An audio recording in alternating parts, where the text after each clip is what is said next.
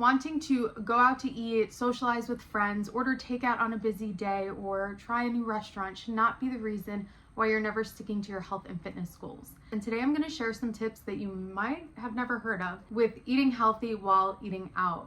My name is Bree. I am a registered dietitian based out of Brooklyn, New York, and I focus on helping people achieve their body composition goals while healing their relationship with their body and with food, which sounds a little backwards, but it works.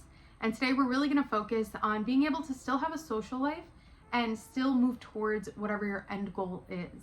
The biggest mistake I see people make is they go on a diet with an idea of losing a certain amount of weight or achieving a certain body composition, and they tell themselves that they're never going to have a cheat meal, have cheat foods, go out to eat, or do anything social until they achieve that goal, or until they go on whatever vacation or whatever endpoint they set for themselves.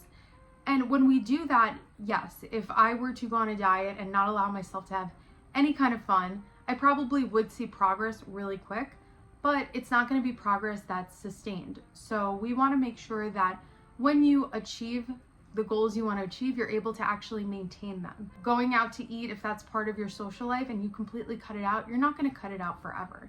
I always say that the best diet is equal parts structure and flexibility. If you have too much structure, you will achieve your goals, but you'll lose that progress really quickly. Too much flexibility, you're going to give yourself too much leeway, you're going to be spinning your wheels, you're never going to see progress, and you're going to get burnt out from trying to diet and never really seeing progression. So we have to find that middle ground. My first tip with staying on track while going out to eat is to stick to this specific template. Every meal, whether you're doing takeout or you're ordering food at a restaurant, should consist of three things: some sort of non-starchy vegetable, some sort of protein, preferably a lean protein, and a low-fat carb source. I'm going to go through them. So we want to make sure that a bulk of your meal is non-starchy vegetables. That means getting a side salad. That means getting a double side of steamed veggies or roasted veggies. And the reason why we want to do this is because we're going to lighten up the meal that you have out, but you want to still feel full. And these non-starchy vegetables are super high in fiber and water, so they're going to help fill up your stomach. They're very low in carbs and calories, so they're going to help to move towards whatever weight loss or body recomp goals you have. Next component you want to have at every meal when you order out is going to be a protein source. If you want to be really good, you opt for a lean protein. So this means doing chicken breast rather than chicken thigh, skipping out on pork, and if you get red meat, doing a leaner cut of red meat like flank steak or sirloin, opting for things like turkey, egg whites. These are going to be leaner, which because it has lower fat content, it's going to have less calories. So it just makes it a little bit easier to see progress, but you're still full. Protein is important because it helps to fill us up and keep us full in between our meals. So we want to make sure we have a protein, preferably a lean protein, at every meal when you go out. And then the last thing, and this is usually where people mess up the most, is a low-fat carb source. Meaning if I'm having risotto, I swap that out because that's a high-fat carb. It's rice and has like a cream sauce. I swap it out for steamed rice or steamed quinoa. By cutting the fats a little bit at your meal, you're cutting out a good amount of calories. So I'm going to use Shake Shack as an example just because I'm able to pull the nutrition from that. If I order a bacon cheeseburger with fries at Shake Shack, that puts me at about 980 calories. So just to kind of break down, patty is 190 calories, the cheese is 70, the bacon is 70, and the bun is 190 calories. And then the side of fries adds an additional 470 calories. What most people do is they say, I'm going to keep the fries and I'm going to get rid of the bun. In this case, the fries are the high fat carb and the bun is the low fat carb. There's not oil, there's not like usually any fat in bread, very little if any. But fries, obviously, it's a carb source because they're potatoes and they've been fried in oil. So that brings up the fat content in them pretty significantly, which brings up the calorie content. Now, if I were to keep the bun, so now I keep my low-fat carb as the bun, I add maybe lettuce, tomato, onion, add some extra vegetables to even add more volume. Instead of the fries, I throw in a side salad. Now I'm cutting out 470 calories from that meal. That brings me down to about a 500 calorie meal. So you see, just by swapping the fattier carb source for a low fat option, it makes such a difference. Other examples of this would be doing something like if you're getting pasta. Maybe it's not the most balanced meal, but if you're gonna get pasta, you can always make it a little bit better. And I think that's a big mistake a lot of people make, is that if they're going out to eat, they kind of have this mindset of, I'm already going out, I'm already getting pasta, so I'm just gonna get whatever the heck I want. When like you do more damage doing that than saying, you know what, I am gonna get the pasta because I'm really craving it, but I'm gonna get the pasta with red sauce instead of cream sauce, because the cream sauce is more fatty, more calories. So just thinking of things like that.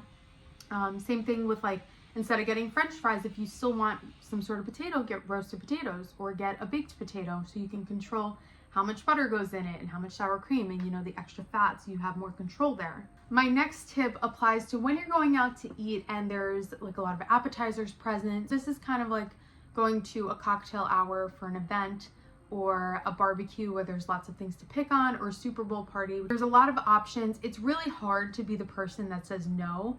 When everyone's picking at apps, it's pretty inevitable that you're gonna go for it. So instead of fighting yourself, I have this rule that I do with a lot of people called the small plate rule. You take a small appetizer sized plate and you fill it up on a flat surface with whatever you'd like. So again, we want that balance of structure and flexibility. So you have the structure of an appetizer sized plate, which is very small. You can only put what fits on this plate and you can't pile up. So there's the structure. This is it, one and done. The flexibility is you can put whatever you want on that plate. So you allow yourself to have the things that you like. You don't have to just eat, you know, the crudité and like the boring stuff, but you know that it's this and then that's it, I'm done. Common thing that I see that's just worth noting is when people are having apps, it's very common to take like a chicken wing, eat it, put the bone on the plate, grab a mozzarella stick, eat it. You want to make sure that all the apps have been put out and then you make your plate once. So if you start picking at stuff, eating it as you go, you lose sight of how much you're having, kind of defeats the purpose. The goal is to just fill that plate up once and then move on.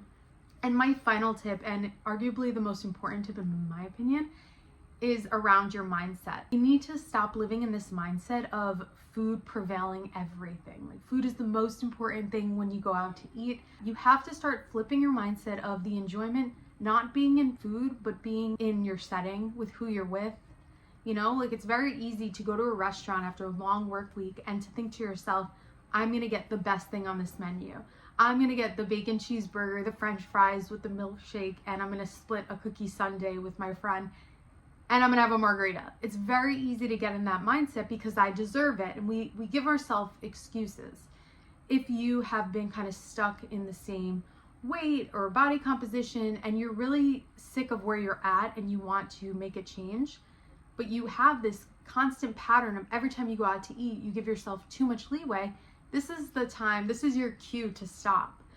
I want you to still go out to eat, but instead of looking at that menu and trying to find the best thing on there, I want you to pick out the thing that is actually a little bit healthier, the thing that's gonna nourish your body. And I promise you, when you decide you're gonna have, let's say, the grilled chicken with the veggies and the baked potato, you're gonna be annoyed because that's not what you want. But I want you to pivot away from it being all about the food to, actually, I'm really happy that I'm out right now. I'm not at work.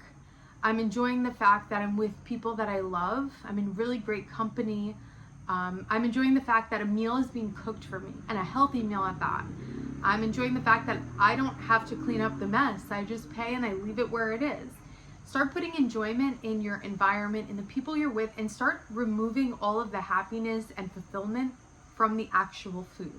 You still want to enjoy your food, and there are days like celebrations that you should just get what you want.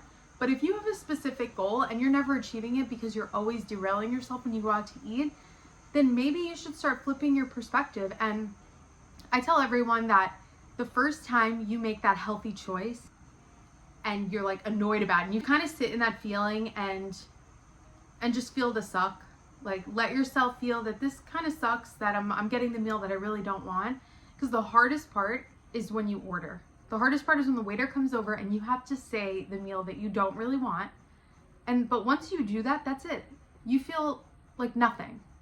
And when the waiter comes over with all the meals, you're not thinking about what you didn't order. You're just excited that your food got there. When you do that once, you're gonna realize how actually that was so easy. And the more you do it, the easier it's gonna be to just opt for the healthier thing. Unless, you know, for me, that's usually what I do, except for my birthday. And I'm gonna get the duck or whatever, you know, that's super fatty, but I really like. And I let myself have that, you know, only a few times a year. And I don't feel guilty because Usually very good when I go out to eat, and I don't use going out to eat as an excuse to just kind of like have a free-for-all. You have to remember that what you do at dinner is going to impact you afterwards. I know that if I have the really unhealthy fatty meal at dinner, I'm going to be feeling sick when I go home. I'm going to be feeling sick when I wake up. I'm going to be feeling kind of crappy about myself. I'm not going to have as much energy as if I were to pick something a little lighter, and it's going to really impact me both physically and mentally. So these are just some tips. I hope that helps someone out there, and I look forward to seeing you guys in the next one. Thanks.